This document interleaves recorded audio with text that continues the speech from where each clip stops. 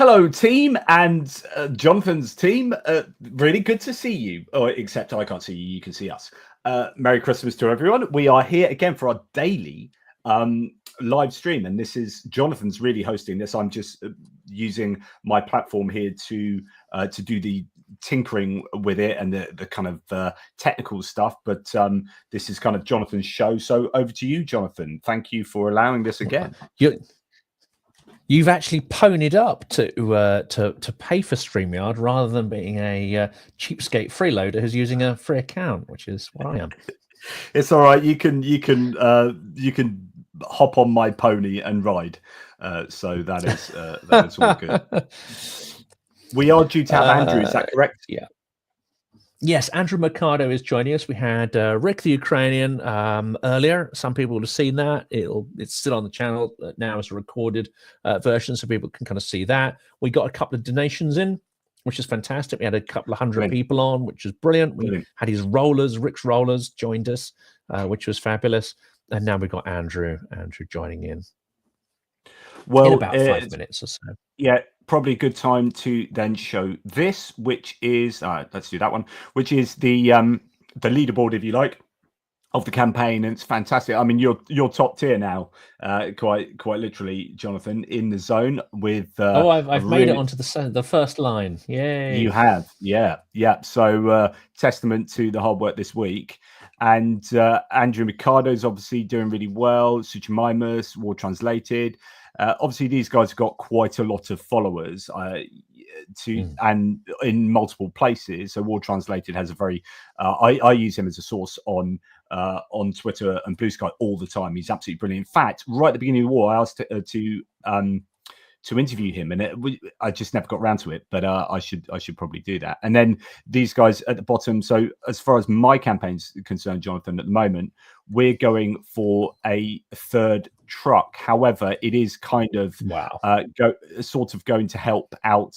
Can't get the right tab here. Yeah, so we are now over, I think, 23,000. Yes, so just a tad over 23,000. It's fantastic for that third truck, but that third truck is really kind of, I think, going to help other YouTubers that aren't as prolific as. I mean, I just pump out videos by the minute.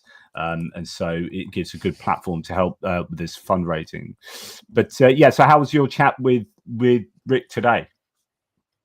It's great. I think it's yeah. I get on really well with Rick because he's from the east of Ukraine, and his first language is Russian, second language is Ukrainian, third language English. But he's clearly, incredibly articulate in all three. I think it's what I find that fascinating, that perspective. It's the same as an interview that I've just recorded, which is going to go up on the channel on Sunday with Anastasia Paraskevova. Again, she's from Kharkiv, and Russian, and until Russia's full-scale invasion, there was really no prejudice in speaking Russian. People like her and Rick would know Ukrainian fluently, but whether you converse in one or the other really, wouldn't have made any particular difference. And now people are, flipping to Ukrainian as their primary mode of communication, simply because it's painful. It's painful and difficult, and in some ways, I think it's an act of resistance not speaking Russian. But at the same time, it's interesting to speak to those people because they've got a lived experience. Rick's got this experience of actually living under occupation. It's that sort of, it's the tangibility, it's the texture of reality that they can talk to, which I find absolutely fascinating. So we're going to do more. I'm also interested because you're far more prolific than I am. I've always had it in my head that if I was to produce 2 long-form videos a day, and experience seems to bear this out in the algorithm, YouTube doesn't really like it so much. But this week, I've sort of realized that I could put out a live stream, I can do a full video, I can put out some shorts.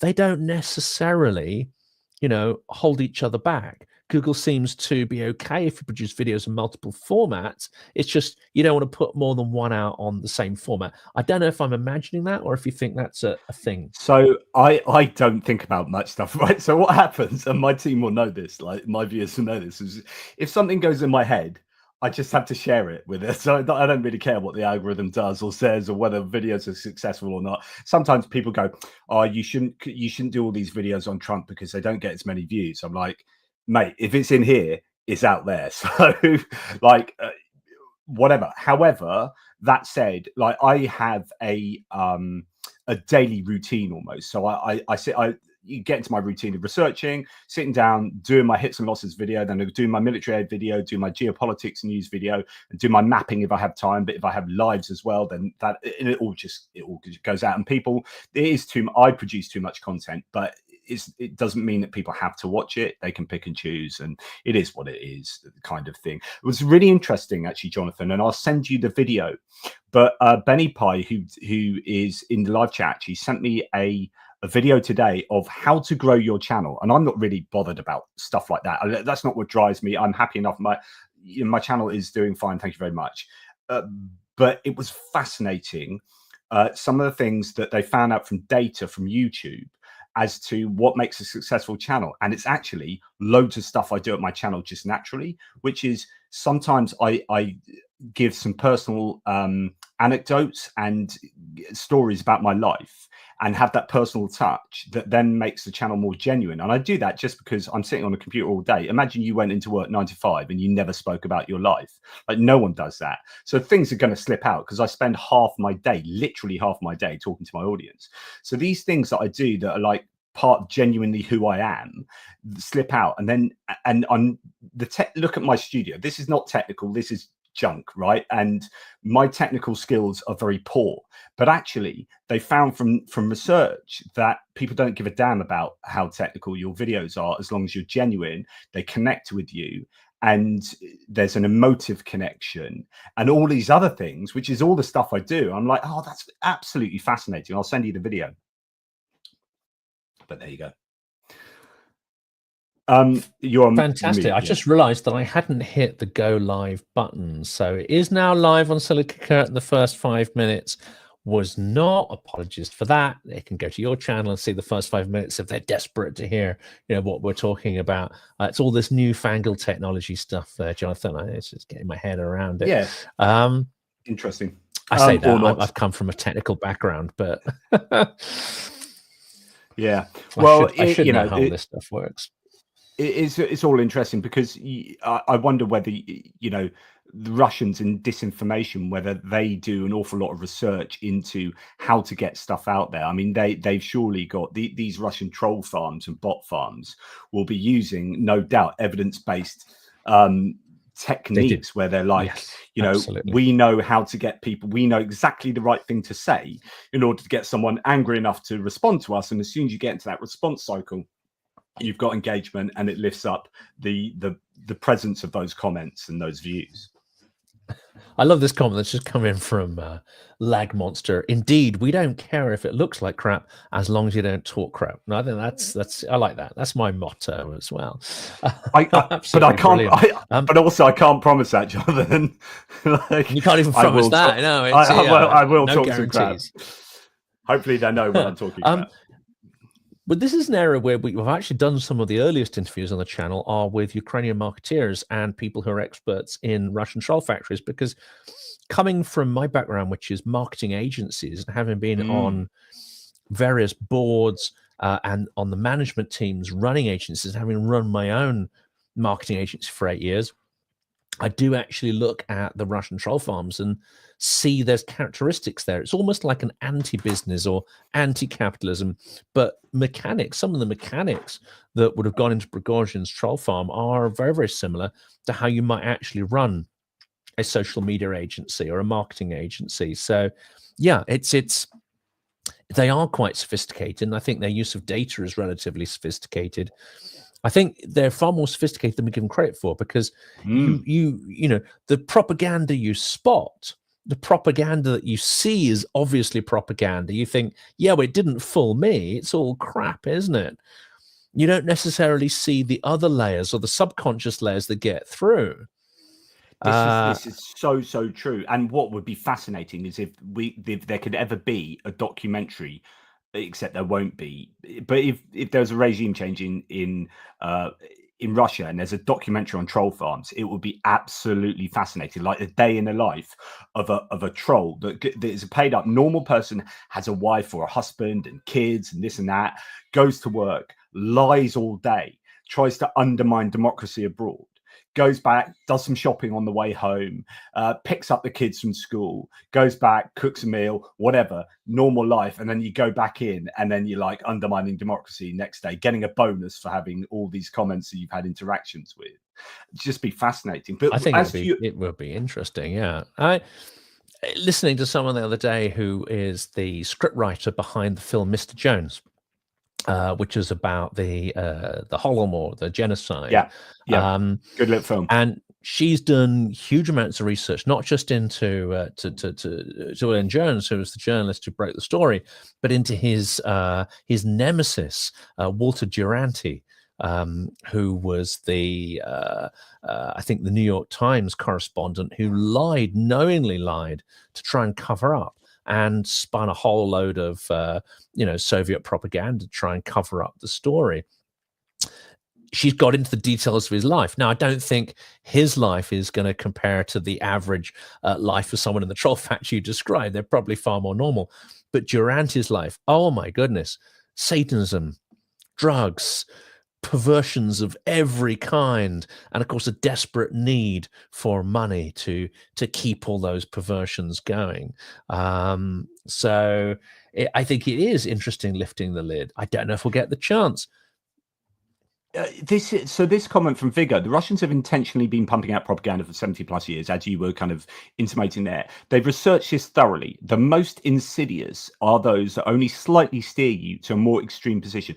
This is so important, because I talk about this all the time in changing people's minds. So if you do this, and most of my viewers will know this analogy. So if you do this, like go 180 against someone, you're very unlikely to change someone's position, even if you've got perfect rational argument against their position. So I can take a flat earther, right, who believes that Earth is flat and it's 6,000 years old or whatever, right, and I can give them all the evidence. He smashes that position out the water, but they're much more likely to entrench in their original position due to things like the backfire effect, which is a psychological phenomenon that means that you are just psychologically attached to your position. You're not going to be rationally moved, convinced out of a position you never rationally convinced yourself into, right? So if you psychologically or socially got yourself into this position, then that is more likely to just make you even stronger in your position. So what you need to do, and Jonathan Haidt, the psychologist, talked about this, sort of a bit like riding on an elephant. You need to kind of nudge. You need to be going in vaguely the same direction as that position. So flat earther, in a flat earth, like Christian fundamentalist who believes the world is 6,000 years old, right? I need to be another Christian who believes that the earth isn't 6,000 years old, or the earth isn't flat, or something like that, but hold most of the other same views. And I nudge them, and then someone else will take over, nudge them, and then that's how you get someone to eventually go 180 to have a different view. Now, what Viggo's saying there, and what you seem to be agreeing with, Jonathan, is that actually it's those trolls that are much cleverer and say, hey, I'm like you in so many ways, but I'm just slightly different from you in this way. And they nudge you to have a slightly different view, but that more aligns to the Russian point of view. And then someone else might take over, and someone else, and that eventually you get nudged to 180. Does that make sense? It absolutely does. This is an episode that hasn't been made on the channel yet, because it seems that maybe a little tangential, and it will upset quite a lot of people on the channel. But I did reach out to Matt Dillahunty, and his team kindly said it wasn't a theme they wanted to engage with in this time. But I wanted to look at the mechanics of Christian, what do they call it, apologetics, and the mechanics of let's say Christian propaganda. And this is a comment to say God exists or doesn't, blah, blah, blah, blah, blah. I'm just saying there are methodologies used to convince you of a point of view. Let's park the values inherent in those and the relative truth or not, or evidence. Let's just look at the mechanics of how one person or group tries to convince you of an idea. And I wanted to compare the mechanics of Russian propaganda with the mechanics of Christian apologetics, and compare that with the mechanics of communist propaganda, which is slightly different. I haven't been able to find anyone who is willing to come on record who's an expert in both those areas. But that's still a I'm series of not an episodes expert. I'd I'm not like an to make. expert, but we can certainly chew the cud over it. Yes. Because I've so completely along with what you said, Jonathan, is I've often talked about trolls on my videos and said, be aware of the trolls that do this. They will announce before they say anything, and they're getting a bit more savvy nowadays, I think. But trolls traditionally, Russian trolls have come on. They've never made a comment on yours. So someone comes to Silicon Curtain called America Awesome. Right, and that's their avatar tag, that's their name or whatever. I'm America Awesome. They come on and they say, "Hey, I'm a," and the first comment they say is, I'm a black male Christian who loves American football or loves my football or whatever," and they give all these identifiers straight away. And what that does is, if you identify with any of those labels, you're in their in group, so you are already on aligned with the direction they're going in. And it's only maybe one of those areas that they differ on. So they give all these identifiers, you identify with them and go, "Oh yeah, let's listen to your comment because I'm the same as you in all these ways." And then they go, "Yeah, this is this, but I'm not voting for Biden this time. I did back in 2020, but I'm not voting for Biden this time." And then you go, "Oh, but I was going to vote for Biden, but we're all the same," and all these things. And now you'll say, "Okay." And that's how they get you to nudge just one of those things out of 10 identifiers, one of those things that nudges you, and then that moves you more generally to where they want you to be. And this is very similar to the mechanic of, say, Russia today. Before a full-scale war, before it went, I would say the proportion of propaganda went up. But they would do this, wouldn't they? They'd say, okay, their methodology is 9/10. I wouldn't say truth, but things, that bear some relation to reality. Usually it's based on grievance. In fact, always based on grievance. It's always based on real, genuine problems. They're not looking to solve those problems, but they're looking to highlight the grievance.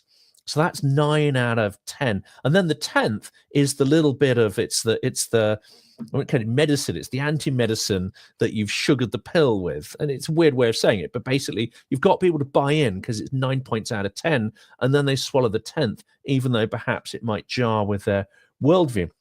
And that, there's two levels upon which it exists. One is sneaking in, the little bit of propaganda with stuff that demonstrably could be real and genuine. That's one layer. Then there's the fact that you only focus on grievance. You only focus on things that are going to make people feel depressed and anxious, feel that the world is falling apart. So you're creating already a distorted view on reality. But you can't say that it's not factual. You can't say that it's not true. It is, but there's a nihilistic intent underlying it, which you may not get in our sort of plethora of Western media. So that there's an interesting kind of comparison there, I think, between the two. I'm going to give you an example in my own life of where this has happened. So I'm called ATP Geopolitics because it comes from a tippling philosopher. And the tippling philosophers is a group of us locally who would go down. We used to do it once a month, and then we all got families. But we used to go down the pub once a month and pick a topic, and we'd actually fairly formally go through the topic. We'd have our different minutes on our views, and then you'd have someone proposing and all sorts of stuff, and we'd talk a topic through. And my best mate who was doing it, who was the main guy, he was at the time when we started was a fairly conservative Christian evangelical, and I was an atheist, and so we'd have all the usual arguments. And this isn't, again, like you say, nothing to do with content or anything, but this is all about the psychology. So we used to argue about evolution all the time, and he would initially deny evolution. Interestingly, now he's like full on. He's actually gone into psychotherapy and understands like the underpinnings of evolution in psychology anyway. But at the time he denied evolution, and I used to go like month in, month out, and we'd email and I'd be presenting him with I've got so many books on evolution, and present all these arguments, and it'll be water off a duck's back. But it did sow a bit of a seed, and he contacted Simon Conway Morris, who's a Christian evolutionary biologist at the University of Cambridge, I think. And he emailed Simon Conway Morris. And Simon Conway Morris, and I saw these emails, said all the same arguments that I said. There was no difference in what we said. But because it came from him, that was what got my mate to change his mind. And that was the dominoes. And it's so important to understand that psychology is much more about in-group, out-group psychology. It's much more about, you know, why we believe things, not what we believe. And if someone within our in-group tells us something, it's a messenger that's almost as important as a message. We've all had a boss like that, haven't we? I mean, I had a boss not so long ago where he would listen to people who had money. He'd listen to people who'd become sort of well-known in their field, influential, but especially if they were rich, because he'd equate success or that monetary success with somehow them having access to a truth that's more truthier than anyone else. So, and he also liked to lay claim to ideas. So if we wanted him to accept one of our campaigns or ideas, what I'd do is I convince everybody around him of this idea. I'd almost cede ownership of it. Like, I know I'm not going to get, I'm not going to get the glory for this, right? But it needs to happen. So I'd make sure that everyone around him knows it's my idea. I get them to buy into the idea, especially those who are influential. And then gradually they'd start mentioning it to him. And hey, presto, he'd pop up one morning. I've had a brilliant idea. Like, no, mate, we all know what's gone on here. Anyone who doesn't, we seeded the idea. Yeah, absolutely. Unfortunately, it works. But that's so common, isn't it? And so, for a couple of really good comments, Andrew Perpetua, great to have Andrew on board. His mapping and work with Tochny and in all those loss lists is invaluable. He's one of the hardest workers concerning this war. So Andrew says it's hard for me to separate Russian propaganda from other propaganda because so much propaganda these days is built on top of the Russian stuff, and that's because they get involved in all parts of our lives and society and culture because they look for those divisive subjects to it's not that they invent things out of whole cloth. They take real grievances and then they drive a wedge into that crack to make it a chasm, which is a really good point. And Ivo Varlek says, agree with Andrew, it becomes more difficult because AI is generating alternative posts easily and they can use the ones that resonate the most with the audience, classical A/B testing of websites.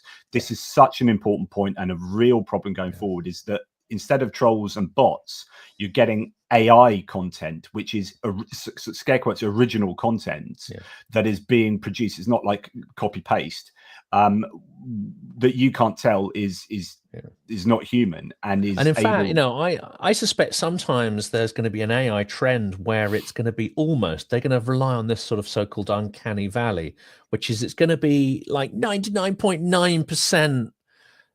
You could get fooled by it, but there's going to be little elements of it which they might purposefully keep in, so it's fake. And I think the interest the Russian propaganda will have in fake imagery will be not to make it so good that we're entirely taken in, but to make it so that we start to think, okay, everything out there is fake.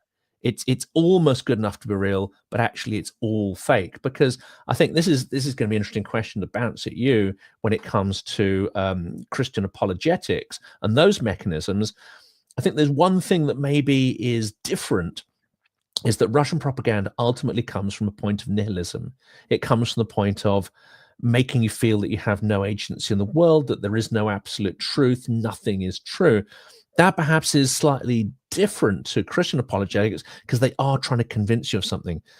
Yes, it comes down to faith, but ultimately they're trying to convince you of a point of view of something that they feel is kind of real and that there's enough demonstrable evidence to suggest it's real. So maybe there's a little kernel of difference there between the motivations between those two schools of propaganda. Jonathan. It's so challenging. I mean, as Cheryl here says, that's how the algorithm strings people along to, oh, you like alternative health? How about anti-vax? How about chemtrails? How about QAnon? How about voting the RFK Jr.? Oh, he endorsed Trump. So it's that nudge. We're in the same kind of in-group area. But I'm going to nudge you, or the algorithm nudges you. So it's not even that it's someone else. It's that it's artificial intelligence or it's a coded algorithm that sends you spiraling into more and more extreme areas. It's part of the effect of the algorithm is in polarizing to the extremes. There's this coextensive relationship between us and what we read and or what we watch and what we listen to that drives us on. I always use the example of my dad, who, when he was in the Navy, he was like, had a Daily Telegraph when that was a lot more moderate, and he was a typical kind of conservative armed forces member reading the broadsheet. And then he retired, and then he took on the Daily Mail as his views became a little bit more extreme. He read more extreme stuff, and then that reinforced. So it was this coextensive relationship that he then got onto the Daily Express, and now my dad's views are really quite extreme, and there's very little hope that he'll be disabused of them. But I wrote an article on this once, which is what do we drive the media that we read, or does the media we read drive our thoughts? And actually, it's a kind of relationship of both, if that makes sense. You're on. I can't hear you. I still can't hear you. You're still on mute. When I have several tabs open and I lost my tab, and I'm like, I can't find it. I think we should give people a reminder that we are fundraising for trucks. Now, you've already smashed your target. Andrew is well on course. He's got 1 truck in the bag, and he's well on the way to getting 2. I absolutely need to get my truck. If I'm going to drive this thing over with you to Lviv in January, I assume it's going to be January when they purchase it and want these things delivered to the garage or shop where they're going to make them battle ready. They're going to add armored plates to protect Ukrainian servicemen and women's limbs. I want to drive this thing over. I want to meet the guys who are doing the work on these. I mean, it would be fantastic to meet the battalion where these are ending up, but they are in a pretty hot space. At least the guys that my truck's going to are out there near Pokrovsk. It's obviously one of the hottest part of the front out there. But I think it's important to have that transparency and see where these are going and what they're for. But we will at least make it to Lviv. We may, I don't know if you're minded to, we may stay on and go to Kiev and conduct some interviews on the ground, which might be a great thing to do, hopefully in January. So donate. We've got 3 links there. They're going to be flashed up on the screen, and I can see we've been joined by Andrew. Welcome. Thank you so much, fellas, for having me. Thank you so much for having this stream too. Just kind of having a discussion. I woke up and I'm like, oh man, get to engage in this amazing conversation right away in the morning, which I love doing, by the way. I love having these because talking about misinformation. I just got back from like my family gathering at Christmas, and how was Ukraine? How was all this? How was all that? Man, the things I want to talk about and the things they want to hear are like 2 different things. So I do appreciate having this. Like when Jonathan was talking about the Jonathans, Jonathan from ATP was talking about how you got the name the tipping philosopher, where you'd go down to the pub and just like exchange ideas, and I just really love that, because it's conversations that are hard to have sometimes, but I think it's the ones that we need to have. And there's a safe space in a pub. Like you can say things that are really controversial to play around with ideas. It's where you say these things to try and change people's minds on things like Twitter. That's when that becomes dangerous. Like Elon Musk said, it's not just asking questions, not just, I'm wondering about this idea. He's got an agenda, right? Mm-hmm. But for us down a pub, it's like, no, these are some really interesting big ideas. Let's just have another couple more pints and talk about it. That's it. Just a couple of comments to see if we can get Andrew's volume up a little bit. People are saying you're slightly quiet. I'm a little quiet. I can turn that up a little bit. Let me see. That'd be fantastic.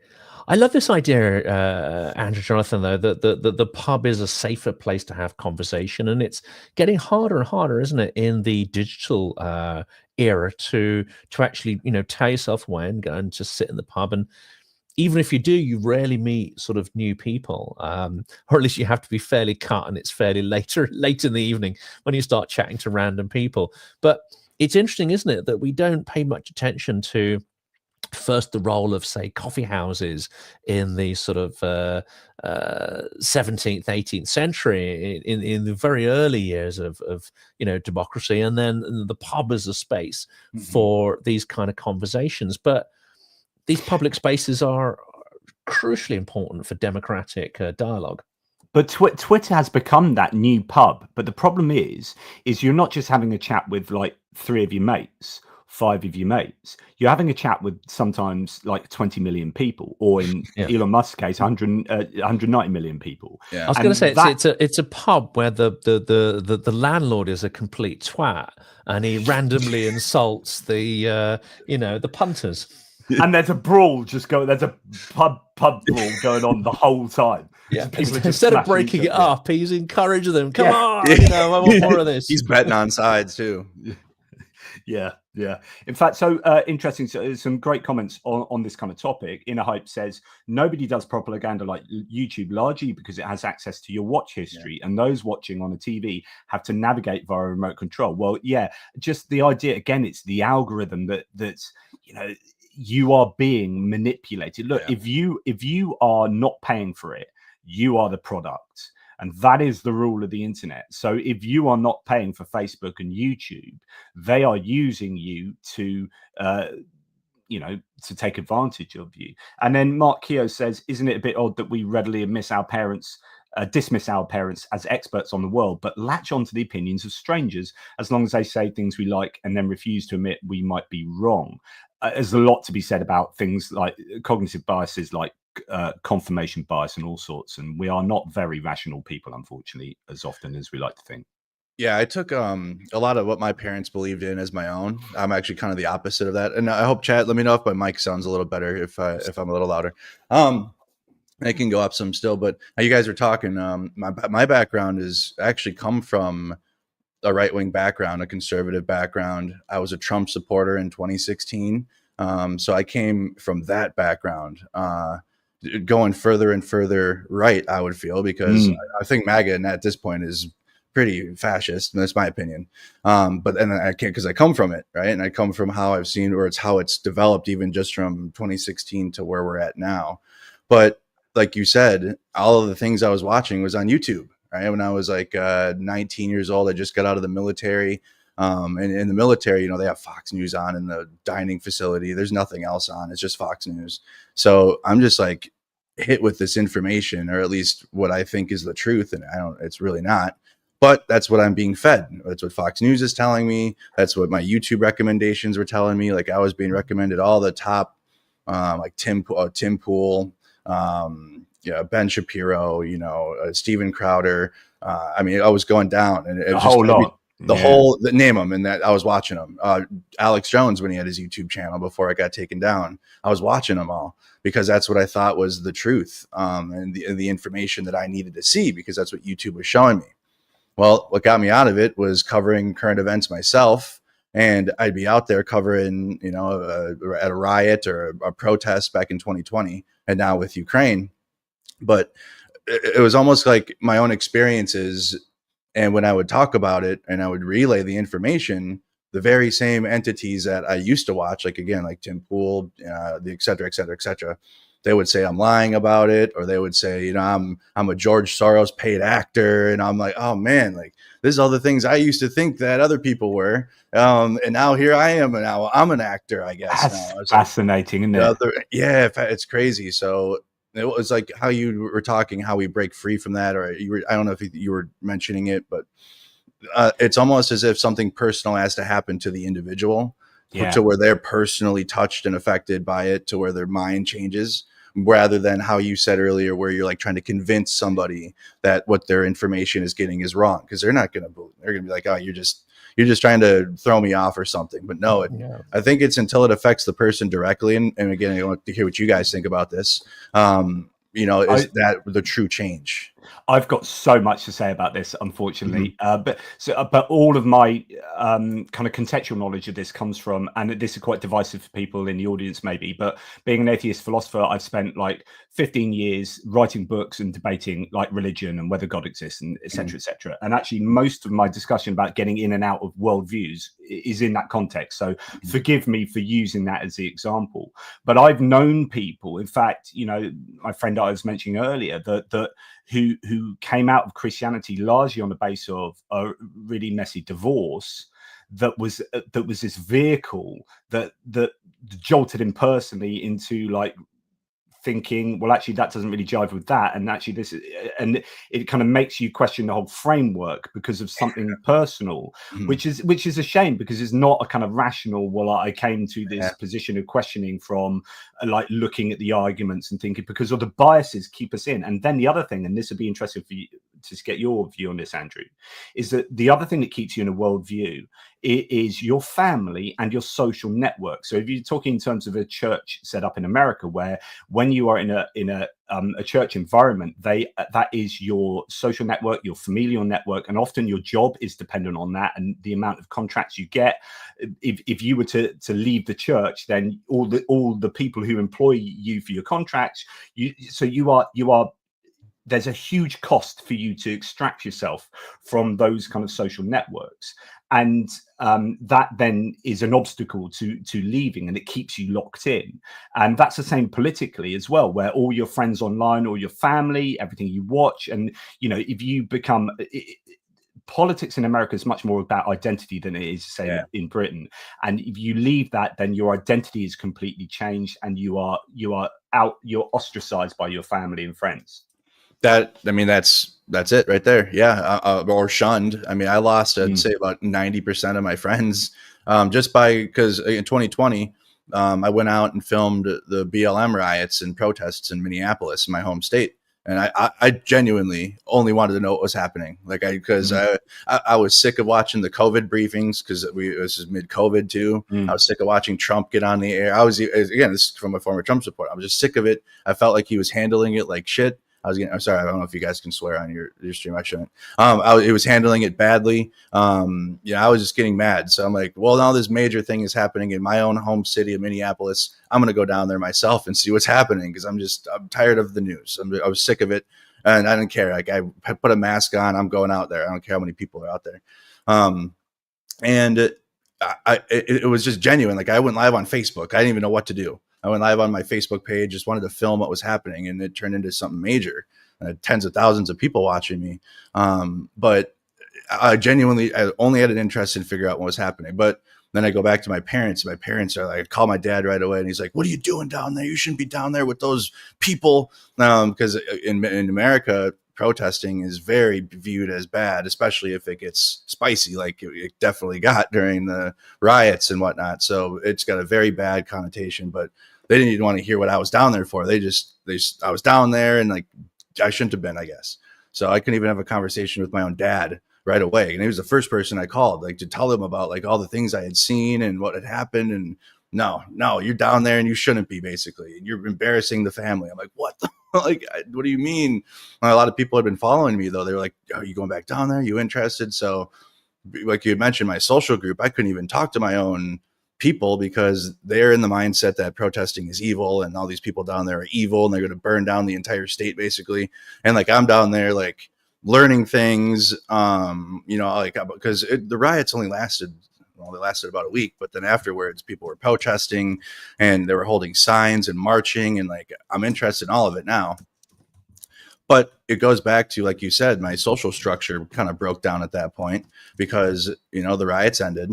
And I was telling my stream, hey, these riots are done. They're not burning anything anymore. They're just holding signs and marching now, and kind of just chanting. But some of my chat would go like, no, you're not. That's rioting. That's actually rioting. They're going to go down there. You're an actor, Mercado. You're one of them now. And like, no, I'm not. Like, what do you mean? I'm just down here showing you what's happening. But like, it challenges a bias that you hold, but it also challenges your societal bias that, again, you are in full. All my family, all my friends were MAGA. I'm just going to tell you, all my family, all my friends, all my softball circle, because I played sports, they were, okay. Maybe like one or two people that were left leaning, maybe not, but majority are definitely 100% right wing and MAGA. So, when I'm in my social circle, I'm comfortable within that. Like, why would I challenge anything anyone's saying? Why would I, because it's all like, you have, the jokes, when you're joking about, like, at the time it was Hillary or it was Obama, or, like, it's just like, it all carries over. It all matters. So when I was finally doing something that went against this, then I got viewed as like the enemy, basically, or as if I'm now the very thing that I used to meme about or joke about. in my societal structure would, call or lambast, or they'd call it evil, basically. So it really kind of threw me off and it really kind of bummed me out still to this day, because I came from a genuine place where I just wanted to see what was happening in my home state of Minneapolis. And it turned into my entire worldview being switched around, because it forced me to, because now now everything I used to believe in is challenging me. And I'm just out here trying to tell you what's happening. It's really interesting. So, I mean, that's motivated reasoning, which is you are motivated to reason in a particular way rather than the reasoning itself, and that's always dangerous, because those are obstacles to free thought, et cetera, et cetera. I wonder how are you now? How are your family with you now? Do you have good relations with them, or have you burnt some bridges? My extended family always supported me, because they were more, actually, only my direct parents are as conservative as they are. My grandpa, I'd say, is actually left-leaning. He's a Marine drill instructor, union guy, right. So he's pretty liberal, but he's still religious, and he goes to church every Sunday. So he's one of those.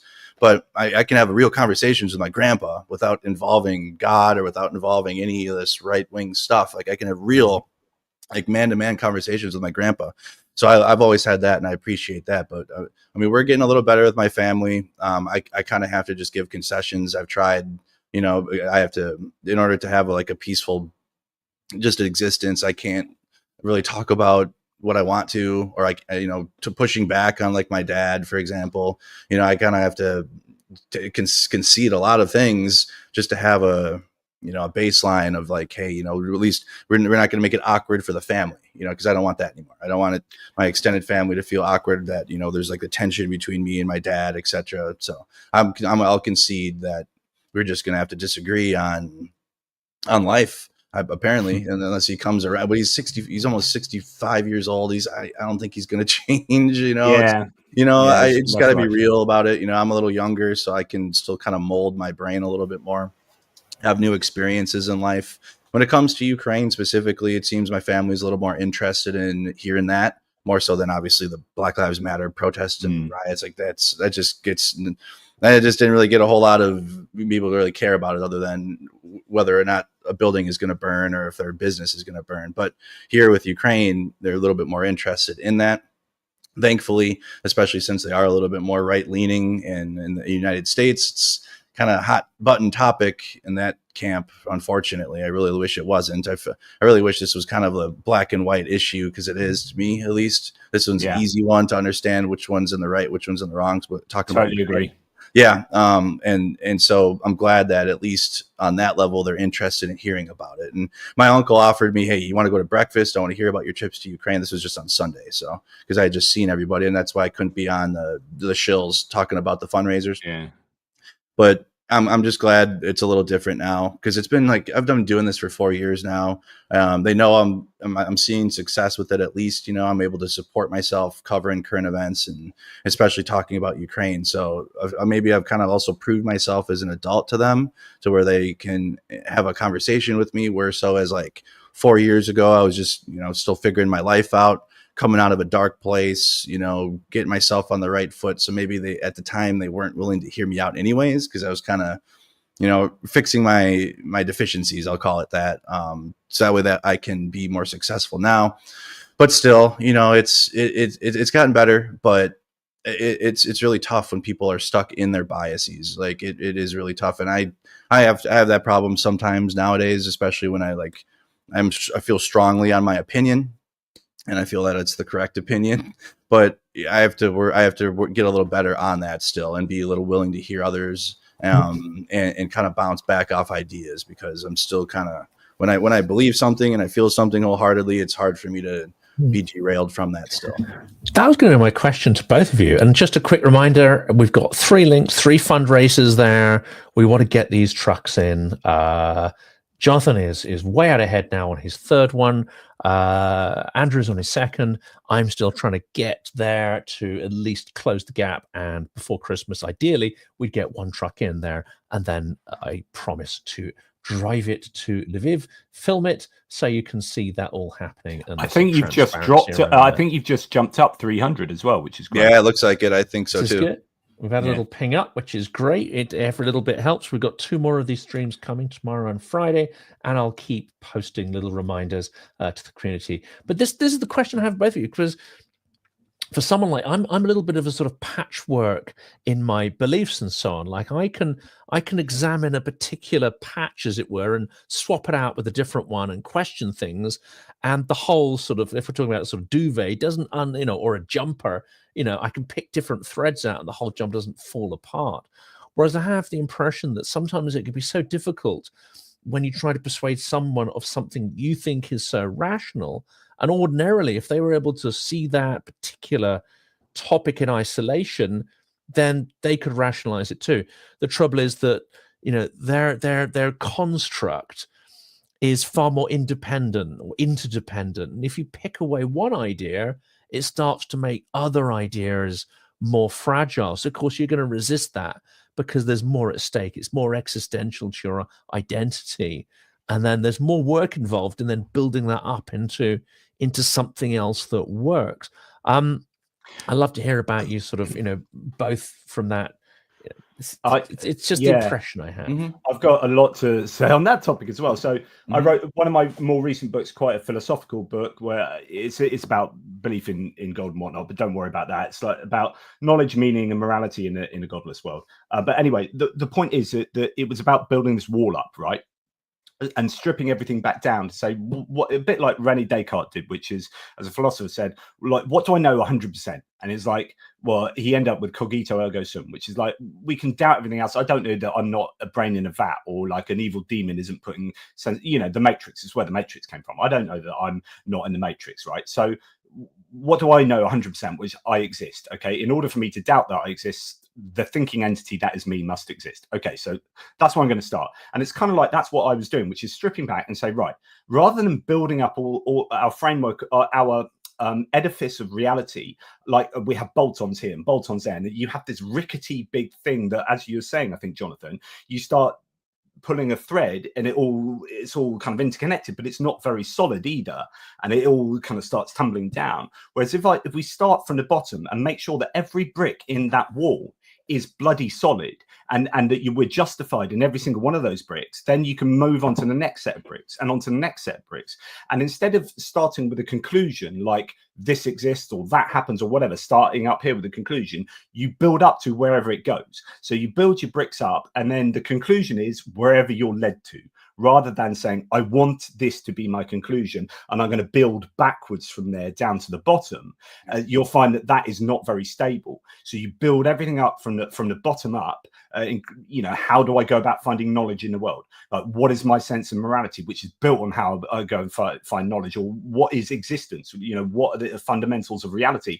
You start building up from there, and then it's all a sound wall. And that's my opinion. So but you've got to put in the hard work in order to do that, and people don't have that time. They don't have the inclination, and so they're happy to go and believe what they're being told on a Sunday in church, or by their mates down a pub, or when they go to a political rally. And if it feels good, if someone's telling you something that makes you feel good intuitively, then you're like, right, I'm in, and it's psychological and it's not rational. Yeah, I mean, I 100% agree. You just kind of described how Mercado Media works. I handle breaking news and more journalism side of things. And when breaking news comes out, that it's more of an exploratory experience, at least on my channel and what we do. Whereas, like I say, like for example, the downfall of Assad. I'm tracking Ukraine. I don't know the history of the Syrian civil war. I don't know the sides in that. There's so many sides, and they fought each other, and then they've allied with each other. And, it's a very complex conflict. It's not something that you can just easily understand within, a short time frame. So I'm just using this as the recent example, but this is with everything.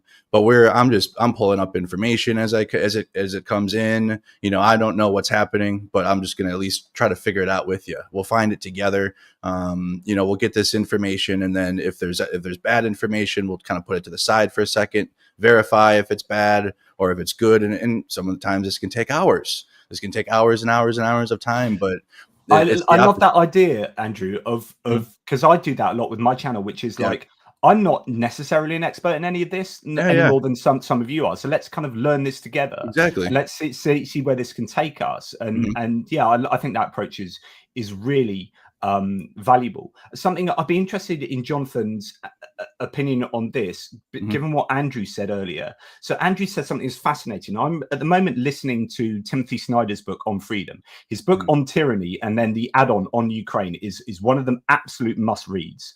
It is stupendously good on tyranny, but with the on Ukraine bit that you added on later. Now on freedom, he was talking about, what are the elements of freedom, and you were talking about protesting in the US being frowned upon, and I thought that's really interesting actually. Yeah, because I get that it is not a sort of thing that you do. You've got these big ones like the riots, what's his name, back in the Los Angeles riots in the 90s. What was his name? Black guy that was yep. Anyway, yeah, him. Chattel say it. So there was your big flashpoint, and then you had the BLM riots, but generally you don't really protest. Whereas in Britain, we do have a few more. Yeah, Rodney King, that was it. You do have more protests in Britain, and you go to France, and even more. There's an empowerment of people there, which is a reflection of freedom. So people think about America as being the land of the free, but actually, how free are you? And there's a couple of things that really spoke to me in the book where the Timothy Snyder has written on freedom, where he talked about, and he mentioned healthcare, and I was like, I'm going to do a video on this because it was like, I love this, which is that we've got universal healthcare in Britain, and if you ask an American, they might say, well, that's not free. Freedom is a free market, and we should have. And you're like, I'm free that I can change job. It was a part in the book where he said, it's not easy to change job in America because you might not have the same healthcare with provision from the job that you are going to, from the job you're in. That's nothing we would ever consider in the UK, right? So in the UK, I am free to move from one job to the other because my healthcare is going to be the same, right? And that gives me a level of freedom that I'd not understood. So you might think that America is totally free, but on the one hand, you people don't protest as much. What does that say? On the other hand, there are obstacles for you to have mobility, social mobility. There isn't a welfare state, I think, in America to give you the foundation to use your sovereignty to go and freely move from job to job or from place to place that you do get in the UK, that you do get in France, interestingly. And of course, then you've got Russia, that is the other end of the spectrum, where you just can't do any of that. Otherwise, you end up in a gulag type thing. And so I don't know, lots of ideas. I think it's even more insidious. I think this is something that's not that appreciated by systems that are under state capture, systems that are sliding towards oligarchy, and those that have really got there, like Russia, and they've gone sort of full totalitarian. And you've got Belarus, and then of course the attempt is the same in Georgia that's going at the moment. It comes to the point where ultimately the state can influence and control everything. So you might work for a private contractor or a private organization, but ultimately, if you protest and then, they realize that you work for whatever it is, Joe Blogg's construction or whatever, the state has so much power and influence that those private corporations can no longer, they have to behave like the public corporations. And if you go on a protest, they would fire you. They would remove all of those, welfare benefits you might get. They might even go to the extent of taking or instigating court cases that take all your material possessions away from you. So it's the absolute antithesis of freedom, where the state can influence every aspect of your life. I think that's perhaps not appreciated that much. And it's not like appreciated. Freedom.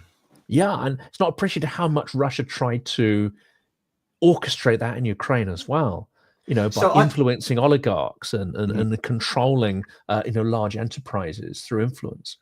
I think there's this interesting situation, and this is just a thought, I'm spitballing here, but I think there's an interesting situation where you have complete autocracy giving you no freedom, and then complete libertarianism, which sounds like freedom, but actually it doesn't give you a foundation to be free. Because like if I get ill and there's no healthcare, then I get ill and die, right? So there's no provision. And so how does a libertarian, if my country is invaded and we've got a libertarian government and they don't believe in funding an armed forces through tax paying, then we're going to get invaded and I'm going to be unfree. So like libertarianism over here actually doesn't give you freedom to be and do what you want in the long term. And likewise, autocracy over here. So there's some kind of sweet, and I think that's my point about universal healthcare, that I would, in order to have freedom, and I know it's not perfect in the UK because we're underfunding it, but if we funded our healthcare system properly, then I think that's one of the foundations to give you proper freedom as an individual. And I think there's a sliding scale where you've got, as I say, libertarianism to autocracy over here, and somewhere in the middle, you've got a sweet spot of personal freedom that is given on that foundation there. But I don't know if that's, anyway, just some thoughts. Sorry.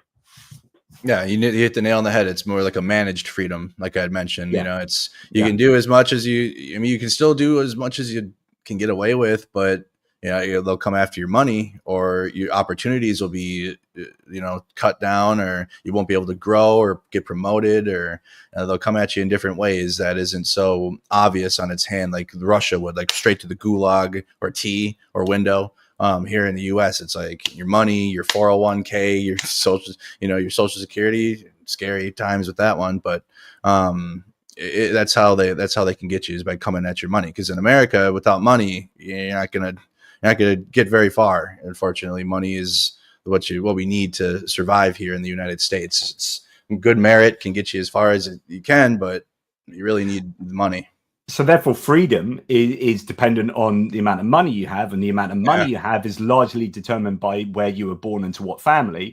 And and then there's that lack of control that you have over your own freedom, if you like, going forward. Anyway, those are all big ideas.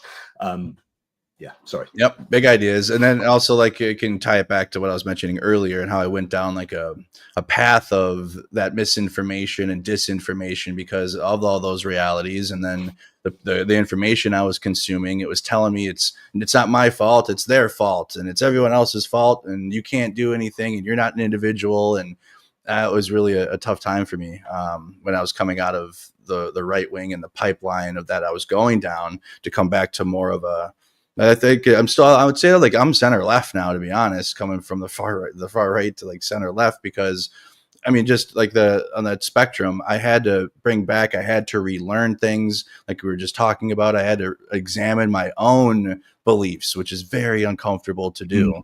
Not very comfortable. And like you had mentioned, Jonathan, when information is consumed, when you're going from my end game and then working backwards, that's how propaganda is created, or that's how you do propaganda. You're not trying to find the truth in that. You're trying to, you're trying to sell an idea and then put things together like a puzzle, so that way you can sell somebody that, hey, this is what the truth is, but it's actually just some propaganda or lies. And that's how I learned about Ukraine a little bit. I looked at Ukraine with a complete open mind, because I was seeing the Russians enter the country. I was watching it on the live feeds. I'm seeing it with my own eyes. I'm seeing, well, at least through the computer, but it was live feeds. And we're seeing all this happen. And like, it wasn't, nobody was telling me what to believe. Nobody was saying, hey, this is what you need to think. I was genuinely coming at it from an open mind and open reporting and finding the information. And I ended up supporting Ukraine because of that. I understand not many people can do that, but I think that goes back to, if we can have an open mind about situations, challenge our own biases. But again, not everybody can do that. And Jonathan Fink, what are some ways you think that some people can challenge their biases in a healthy manner? Like how can, and also with ATP, I'd like to hear your response to this. How can we do this in a healthy way that, isn't going to put someone in a bad spot mentally, or how can they engage with information? This is going to be increasingly difficult because, of course, we've got social media, we've got the polarization that's coming about through social media algorithms, we've got the fragmentation of things that would have provided community and cohesion previously, a sense of class, a party system, all of these sort of cultures and institutions, which you can't say necessarily one's right, one's wrong, but they provided groups where people could explore ideas, or even just align their ideas with others who are similar to them. They could then use as it is to compete. The party structure is an interesting one, because it's a sort of marketplace of ideas, quite a crude one, but it is. those sort of things are broken down now, and we see, I would say, populism, but without necessarily having a strong strong foundation in any kind of context or class or lived experience or even a consistent set of ideas.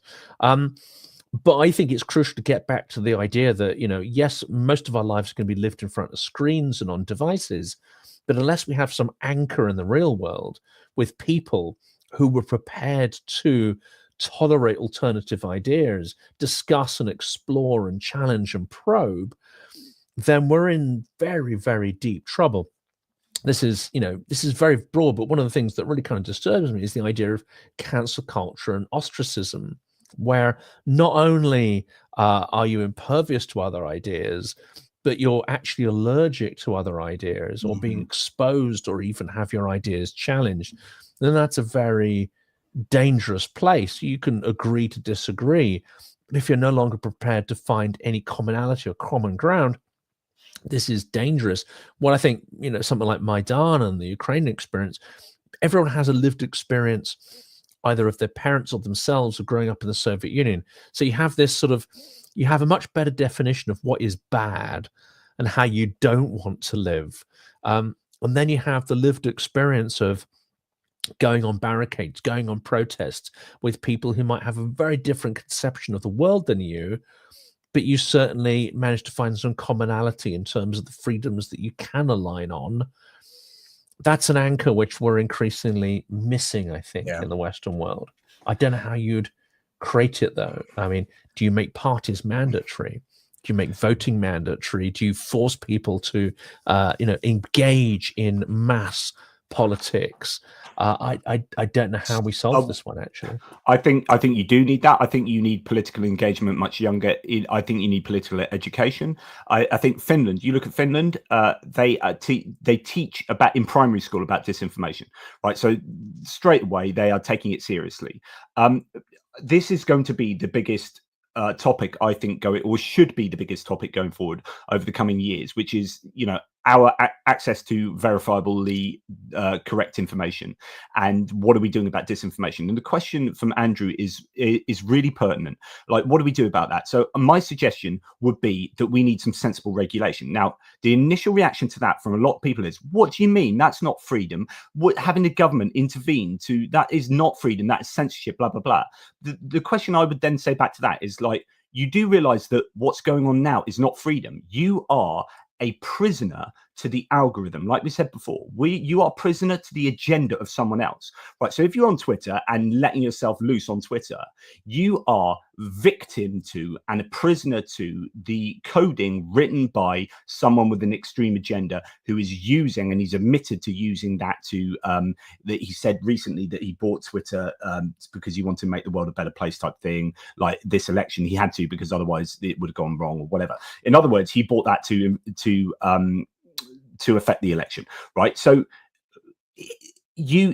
so if you're saying, no, I'm not accepting government censorship or some other third-party entity censorship, then you're saying, but I'm okay with being manipulated by people in a way that's outside of my control, because it's nefarious and it's happening underneath the radar and I'm not really aware it's going on. So you either accept that you've got manipulation by these entities or censorship by these entities, or regulation by these entities. It doesn't have to be officious regulation. It can just be fairly sensible. Like, we're trying to make the world a better place, and like you need to make sure that you are doing something about disinformation.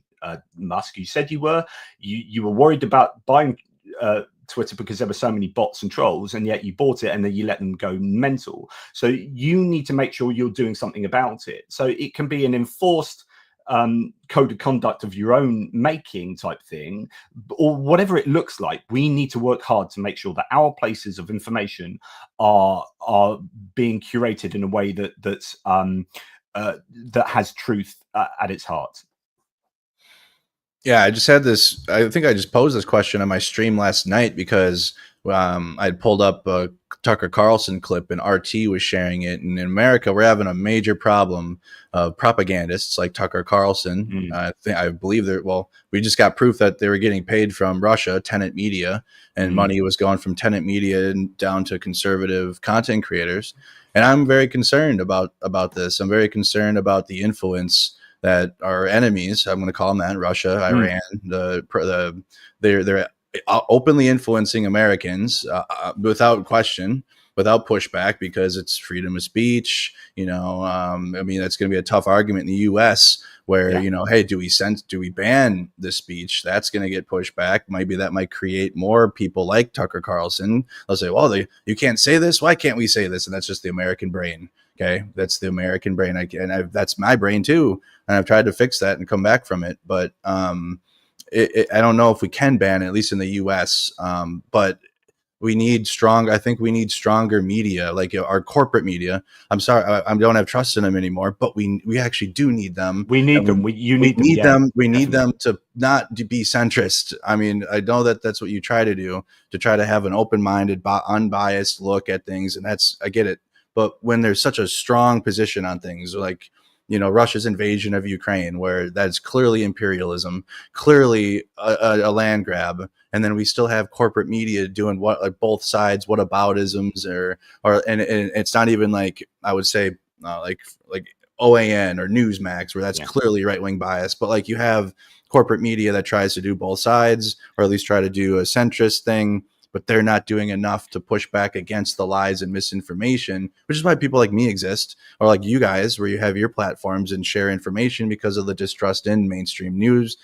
But we still need them, and we need, because they get more money, they get more funding, they have more access to people, and they need to be better, and they need to 100%. Push back on. They need to push back on this more so than just like letting it flow through for the sake of the algorithm, I guess, or I don't know. And I think traditional media, I mean, we've got a new strand. We've got another channel that more of a communal channel we've created called the Information Warfare Initiative. And the idea is to just gather a whole variety of people who are using different techniques, experimenting with different formats to tackle Russian propaganda and its influences on geopolitics. And one of the strands is to examine journalism, the practice of journalism, especially in wartime and in the context of information warfare. And there are so many problems, I think, which, trained journalists seem to be barely aware of. And I find it fascinating, because I'm not trained as a journalist. I find it fascinating that these things exist. So there's confirmation bias, which we've brought up on the screen there from Nell. Absolutely. There is the process of normalization. The both sides that you mentioned, Andrew, tends to gravitate towards finding the common ground between 2 points of view. But when that debate has been dragged to the far right or the far left, it means the point of normality has shifted fundamentally away from where it was in a more consensus-led era, a more traditional era. But the media happily will gravitate towards whatever center ground it can find, and not notice that it's shifted in time, space, along the political spectrum. And there's a huge amount of hubris as well, not examining the structural flaws in the media, not examining their own inbuilt biases, assumptions, and frameworks, but coming out with the idea that it's objective. I don't think there is, an objectivity at all. There's only this striving towards objectivity. But a lot of traditional media seem to think that, we are objectivity. It's absurd. Yeah, there's a really interesting point I think it's interesting point I'd like to make concerning what you're just talking about, which is, okay, let's take Twitter as an example, but it can be any social media platform or media platform where you say, right, okay, and here's a great example. So this is a complete right-wing talking point. So really good bad boy has said, you're worried about Twitter while your police arrest people for comments. Elon has never imprisoned anybody. It's hard to take this argument seriously. No, it's not. This is a very serious argument, and if you dismiss it, then you're either a paid up troll, in my opinion, or you just are willfully not wanting to engage with the problem here. So the problem here is there's an asymmetry whereby the freer Twitter becomes, the more, as in there is absolutely nothing Musk or anyone does to police it at all. Like, you wouldn't allow that in outside life at all. We police and regulate all the time. I can't go and watch pornography on terrestrial television at 3 o'clock in the afternoon with a 5-year-old kid, right? And sit down and go, oh, what's on TV? Oh, it's hardcore pornography. Brilliant. Let's sit and watch this, right? No, it's regulated. We have a watershed, and there's appropriate things for appropriate times and appropriate places, etc., etc. So we are regulating all the time without realizing we're regulating. And all we're saying is like that needs to apply to Twitter, because there's an asymmetry. What's the asymmetry? The asymmetry is that other state nefarious, bad-faced state actors like Russia can take advantage of our freedoms here and manipulate the people that use that. And what can we do back to them? We can't do that at all, because they've completely closed down all of their. They don't have any of that. So they are taking advantage of our freedoms, manipulating our democracy, and sitting back and going, and you can't do jack to us. And this idea that we're arresting people for comments, blah blah blah blah. It's like that's just whataboutism and this, and like whatever. We're dealing with the problem of Twitter over here, and Twitter only. We can talk about, whether we have the right to say things and whether we get arrested for that. But to me, this is just a false, like a false equivalence, and just a complete. Normally, I've seen this so many times from actual Russian trolls. So I don't I think it goes back to the. Oh, you had more points. I'm sorry. No, that's it. It's just there's an asymmetry in it, and we are losing to Russia if we allow that. If we just welcome them into our platforms and say, yeah, manipulate us, yeah, because we're free. We don't want any interference from the government or any. We don't want Twitter to even try and manage this. We just please come and infect my mind with your virus. Yeah, and it devolves into that every time. I mean, even in my community, I have like a Discord server, and you guys do too, which you guys should join Jonathan's Discord server. Jonathan, I think you have one as well? Yeah. Yeah. Oh no, you got to get one. You got to get. They're pretty good because I need to get in there. Yeah. But I have some rules in there. I don't want people saying derogatory terms for others or certain language. I mean, it's not like I'm banning it or like I'm like you can't. I just don't want it in my community, which I guess I am saying you can't do it. But it's like a decency thing, I suppose. Maybe it's like a self-imposed rules that I just want for like at least some base decency. I mean, you can still get away with some things and say some stuff and engage how you want, but I don't want like toxicity or like racism in my community. Like I don't want any of that. It's just it goes against my own morals and beliefs. Like why would I don't say any of this stuff, and I don't believe in any of this stuff. I don't want people in my community saying it either. But like, the false equivalence, I think with the UK are going after people that were inciting riots on the internet, which in the US, that's what they do. The FBI goes after you actually. So it's actually illegal. Yeah. It's illegal. You can't incite riots on you can't do or incite violence on the internet. I mean, it's supposed to go against community standards. At least it does on Facebook. It does on Instagram. It does on any major social media platform. If you go on there and are like, hey, we should go out and again, this is, you should go out there and burn something in the name of this because of this. You can't do that because you're inciting violence. And yes, especially if it is resulting in real life actions and people are taking to the streets and burning things, they're going to come and figure out who's starting this or who's engaging or encouraging people to go engage in these acts of violence. And that is not in comparison to Elon Musk spending $48 billion or whatever he spent to buy Twitter to literally drive a specific algorithm to flip people's brains so that way they start believing in a certain political beliefs, but also by just allowing places like Russia to just freely dump information on there. Yeah. It's bullshit without any pushback. When you get the community notes, but you can game those. The propagandists will just say, hey, downvote this community note. And then people will spam downvote it, or the bots will downvote it. And then the community note goes away, even if it is bullshit information or sort of bad information, My analogy to that, this is what, and I feel this so strongly. This is one of my biggest topics of concern, disinformation, is that when Russia, let's use Russia as an example. If Russia were to drive tanks over my border, of my country, then we go, that is war. You are attacking us. We're going to blow up your tanks because I'm stopping you invading my territorial space. And when we know that Russia does something in terms of cyber warfare, like bringing down our hospitals, then we defend them by building up cyber protections and cyber security because it's part of our national security. And when there are all these different elements elements of how we get national security. But when it comes to information warfare, it seems to split people in two. Like, so the people who advocate freedom of speech at the extreme level go, yeah, I would blow up your tank and I would stop your cyber attacks. But if you're going to do an information attack on me and my population, that's fine. You can invade my head. You're allowed to invade my head, but you can't invade my country with a tank, and you can't attack my hospitals with cyber warfare. But you can attack my head with your ideas that in an unregulated manner. And I just find that's just double standards. But this is part of our national security, and if we're serious about national security, that should stretch towards informational security. I agree. I'm hoping there's at least some reforms, like a standard that, that needs to be applied within the community guidelines on social media. Again, I don't know what that looks like. It will be a problem in the US if it comes to it. I just know it will be a battle. It'll be or Elon will boost it as a free speech battle, and he'll get his bots rallied on Twitter, and it'll just be the worst. But I mean, either that or we get taken over slowly. It's like a slow burn. It feels like. I feel like we're dying a death of 1,000 cuts, honestly, of this misinformation and disinformation, and it's leading us down a very bad path. And instead of a path where we can come out of it in a good spot, with the Russian influence alone is just destroying the United States. I think, or I feel, in our political discourse, in our social discourse, and everything.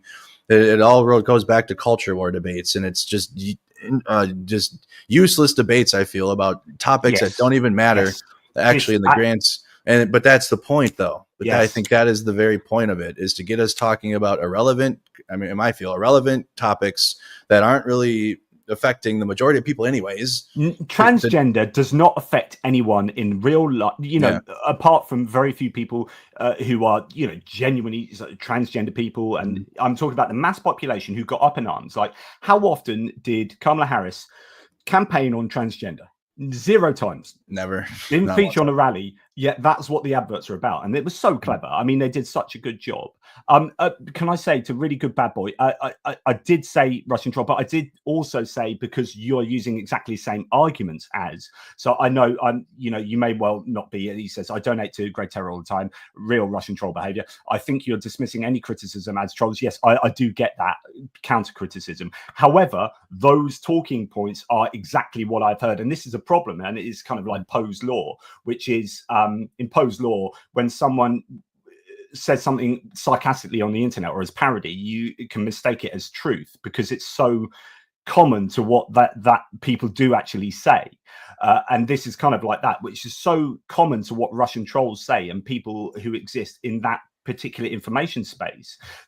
That's why I sometimes go, well, that's trollish behavior, because it is like, so I do apologize. I'm sure you're a very strong supporter of Ukraine. However, I will still call out your argument in exactly the same fashion on the basis of it not being a sound argument. But thank you for commenting. It's not critiquing one argument doesn't mean you're attacking someone's entire identity or the whole output.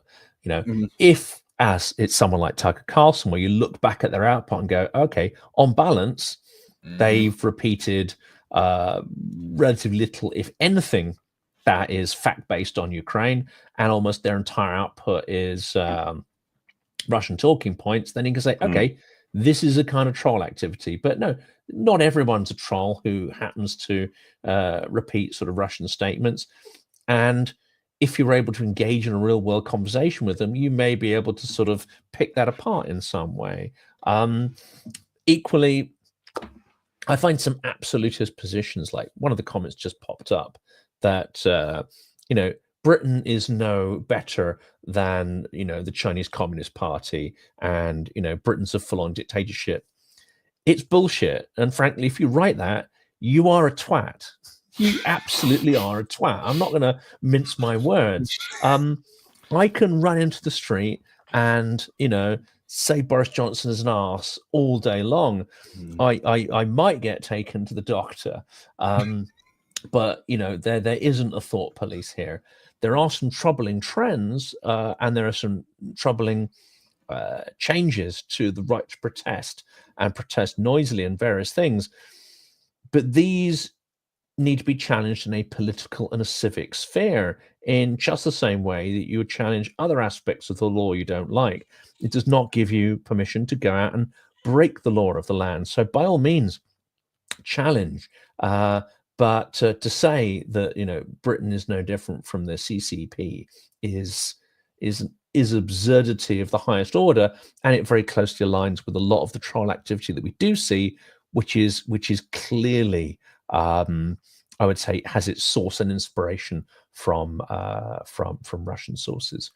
And I think it seems like I have spent 10 years arguing with the freedom of speech absolutists who really do, I think, get it wrong. It's like, and you think that they think that any regulation or any kind of not censorship, any kind of regulation of speech is therefore like equals CCP, as you say, it equals like dictatorship. It's like, no, we tell our children you can't say that in this situation, because we're trying to teach people to be able to work out what is an appropriate space to say things in, or what's the appropriate thing to say at any given point. We spend our lives teaching our children that, and we hope that they become adults to then know when to be able to say certain things. If you just go into life thinking I can say what I want when I want, then you get an absolute shit show that is something like Twitter.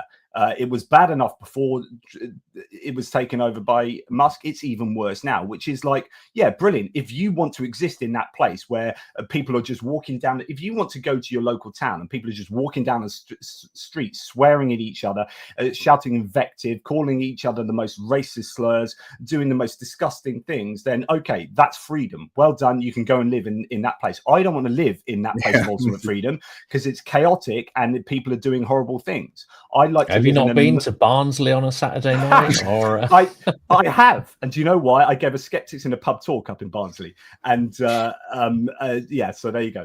And I'll single out Barnsley. It could be Kingston, it could be anywhere. On Saturday night, yeah, all those words apply. But it's like, we need. It's like goes back to this idea of complete free. It's exactly the same, actually.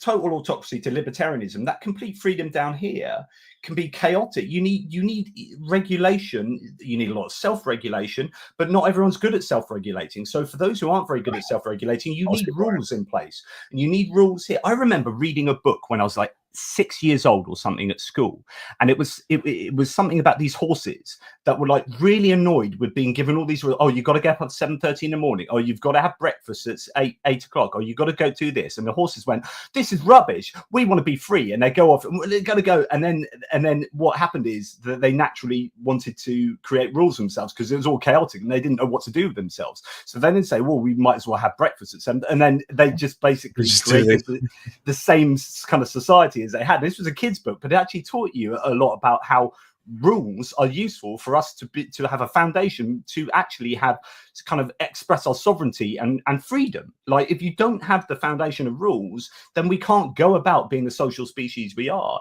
in a functional and meaningful way. And so, like, the freedom of speech argument falls foul of that, which is like, let's just allow everyone to do crazy stuff all the time. It's like, I don't want to live in a place like that, actually, and it sucks. It's like humans need a structure. What I've learned is we need structure. We need foundations. Like, we need to know what we're going to do that day, or how like we plan our day ahead. Like, for example, I'm pretty free. I'm independent. I have my YouTube channel, and I'm so blessed to be able to support myself through YouTube, and I don't have to get another job. It's very blessed position to have. That gives me a lot of freedom. Like, I don't have to report to a job. I don't have to clock into a job. I don't have to be there at a certain time, but I have a stream every day. I still have to show up here on the computer. I still have to make sure my bills are paid. I still have to make sure, everything is taken care of. So even though I do have all this extra freedom, I'm still kind of bound to paying bills, making sure I have responsibilities are taken care of. I got to clean. I got to make sure I'm research. I do hours of research on the internet with current events. So I'm still bound to like a structure, even though I do have this extra freedom. I can't just like, if I just was like, I'm going to do whatever the hell I want. I don't have to do that stream. I don't have to do this. I'm not going to make money. I'm going to probably lose my place, or et cetera. So I might have that freedom, but it's going to have repercussions. And oftentimes people that are doing propaganda or places like Elon Musk, where he has his whole social media platform, they're not telling you, you know, with all this extra freedom, it's going to have repercussions if you have it, or if you're given all this extra bandwidth of like language or how you speak or what you do, it's going to have repercussions. Because if you go around in certain places saying all types of swear words or cuss words, you know, you might get in a fight, you know, you might say it to the wrong person. And that's a societal repercussion, you know, but it tells you don't have the complete freedom to do what you want, because it's going to have a response. Yeah. With freedom becomes responsibility, right?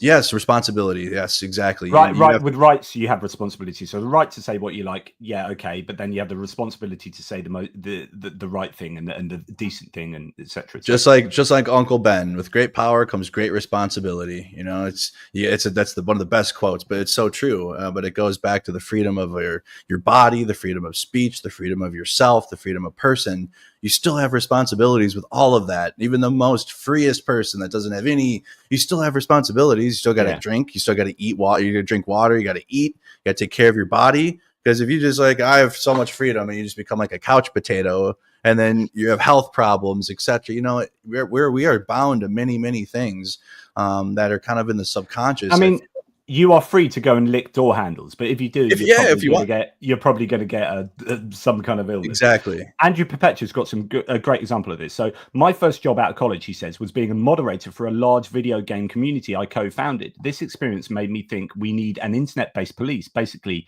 Not literally police, though. So with our community, doing something as simple as going to a person and asking them why they are trolling would often be enough to make them stop. Second, people feel accountability. When they feel accountability, they change. We had 500,000 active users in our system. I personally moderated a subset of 50,000 users. 50,000 users and just me moderating, and it was fine, honestly. In other words, you know, it doesn't need to be officious. It doesn't need to be huge, but, you know, just a little bit of TLC in somewhere like Twitter, and you can make the place a much healthier place to exist. And it's not about like officious. You know, people think, oh, you're suggesting regulation, therefore, like we said before, therefore, you know, communist China or something. Like no, it's just like a little bit of sensible moderation. You know, as soon as Musk came in, he got rid of all the moderators, and lo and behold, it's now become even worse for Russian trolls. So go figure. Well, we should give people a reminder. Trucks, please get those donations to the trucks in. We are Jonathan's doing incredibly well there. Sorry, let's get the right one. That's Andrew, one. let's get the right let's one. Refresh that. So yeah, we've got. We're going to be winding up probably soon as well. So we are indeed. So please, everyone, if you can donate. I know a lot of you already have, and it's kind of preaching to the converted. But it'll be absolutely fabulous to get this whole campaign finished before they were hoping, which is, I think the original date was something like the 9th or 10th of January. The hope is now it can be done possibly sooner than that. What's the grand total for the whole lot? Let's put that up. So it's 150,000. Half, isn't it? So we're about just under half. No, just under half. But you know, as people hopefully get out their content with some of the other channels, that will tick upwards. But it could be a challenging one to achieve. I don't know, but it'll be great if we can all pull together and do that. That'd be fantastic. I think it's really accelerated the last 2 or 3 days. So that's really even mine's gone up. I see. I'm at 11,000 now. That's awesome. Well, I've reached out to Andrew to see if he'd be interested in joining us. I've reached out to Dimitri from War Reporter. We're going to try and get Georgis Ivanovs if he's there, if he's available. And we've reached out to Operator Starsky, who I understand has got some internet problems this week. So we've got 2 more episodes coming up on Thursday, Friday. We're going to try and get a bunch of guests for those. I will be joined by Jonathan, delighted to be joined by Jonathan, who will be setting the links up with his look at me, I've got a paid account, which is very handy. And we're going to discuss a range of different things. There's a couple of comments actually that we could flip to tomorrow. And one of those, someone just asked, you know, whether Ukraine is going to grant full sovereignty to the territories it liberates. What an odd question. You know, does Yorkshire have full sovereignty within the United Kingdom? No. But certainly minority rights. Ukraine has a much better track record of giving or allowing agency for communities, including minorities.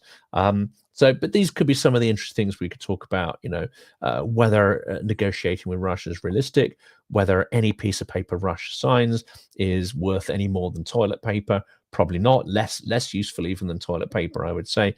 But we can talk about, what happens under a frozen conflict, what happens, what Russia's behavior might be, what was the experience under Minsk 1 and 2, and why Minsk 3 should be avoided. These perhaps are some of the things we could tackle tomorrow. And indeed, someone mentions there, swapping Kursk for more territory. Does Russia care about Kursk, in fact? These are some things we could queue up for subsequent conversations. For today, though, last word to Andrew and Jonathan. If you want to sort of top the episode out with a summary or a comment or just another prompt to donate. Yeah, thank you so much for having me on today. I would love to be a part of those conversations. I like waking up in the morning and get my brain working. It's great substitute for extra caffeine, so I do love this. It was a great conversation, and we talked about how misinformation works, disinformation, and how it affects us through algorithms. Great conversation about personal autonomy and how much freedom we have with our speech, with our existence. It was a really, really good conversation around that. And I think it will tie in well with the upcoming conversations with future actual geopolitical moves that are going to be made here, especially with Donald Trump taking office here in literally a month. We're going to have some major changes for the I personally don't think it's going to be for the good, but that'll be a great conversation to have because, again, Russia's actions are going to tie into the president of the United States and who he's going to be dealing with and what deals will be made. And but those would be great conversations to have. Thank you so much for having me on this morning. You got Jonathan Fink and Jonathan Pierce. And I can't wait to have a further conversation and talk more. Yeah, it's been really great. Yeah, it's been really great to speak to you, Andrew. And this is the first time I think we've been properly together. Yes, it is. It's been threatening. We've been threatening to have it happen. So it's really great. Can I just say a massive thanks to all the people who have contributed to the channel and how my channel and hopefully Jonathan's as well. It's how we maintain our presence. Thanks Dunk on You 23, great chat, great cause, working but listening. Thanks Tony Otterson and Stephen Bendal. I need to speak to you, Stephen, again, get you on the channel. He's in Finland, married to a Ukrainian, just been over to Kiev himself again. And thanks to the Weasel. And I just want to apologize to the really good bad boy if I have overstepped the mark in attacking you for being trollish and whatnot. But hopefully you take it in the spirit that it is, which is it's not that I don't welcome those other views that are antithetical to mine. In fact, I absolutely do welcome them. But if I'm ever overly harsh, it's because those views are so similar to Russian sort of pro-Russian views that sometimes I'm wondering whether it is. And if I get it wrong and you come back at me, then that's fine. Then hopefully this then becomes a good faith discussion, which is exactly what I want. Like, it's fine to have these discussions as long as you're coming, or not you personally, but one is coming from a good faith interlocutor's point of view. Like, if you're genuinely, that's what you believe, and we can have that discussion. So if I overstep the mark, I do apologize, but thank you for commenting nonetheless, and for helping out my fellow streamer Greg as well. But yeah, disinformation is just a huge topic, and I think it's going to be something that we'll hear spoken about an awful lot more, because it is a threat. It's a threat to national security, and I don't think that anyone knows quite what to do about it at the moment. The EU has been trying to up their game, from what I could see, in doing something together that was brought on by the war in Ukraine, where they recognized the influence of Russia. But then when you've got Hungary and Slovakia inside the EU acting as like sleeper agents for Russia, then all of this becomes even more challenging. But I think this is going to be a major conversation topic for the next 10 years. But thank you, Jonathan Fink, and thank you, Andrew, for the opportunity to bang on. Thank you. No, it's fantastic. And as I say, we're queuing up a bunch of topics for the next 2 days. We're going to keep hammering at this week until we get much closer to our target. Another topic we could discuss, of course, is the disastrous oil spill and why it takes a disaster for European powers to even think about tackling Russia and its global illegal behavior, its shadow economy and stuff. But we'll queue those up for the coming 2 days. Starting 2:30 UK time tomorrow, starting at 3 o'clock on Friday. I look forward to joining everybody again then. Me too. I'll be here. Absolutely. And I guess the best thing to say to end these is Slava Ukraini. Heroim Slava. Nice one. Take care. You'll stay on the line. Take care, fellas. Don't embarrass us with your riches of wisdom and knowledge. No, I mean, linguistic. Smertvaragam is one that everyone should know. Death to the occupiers. Death to the invaders. Yeah, I knew that. Take care, everybody. Bye bye. Take care, guys.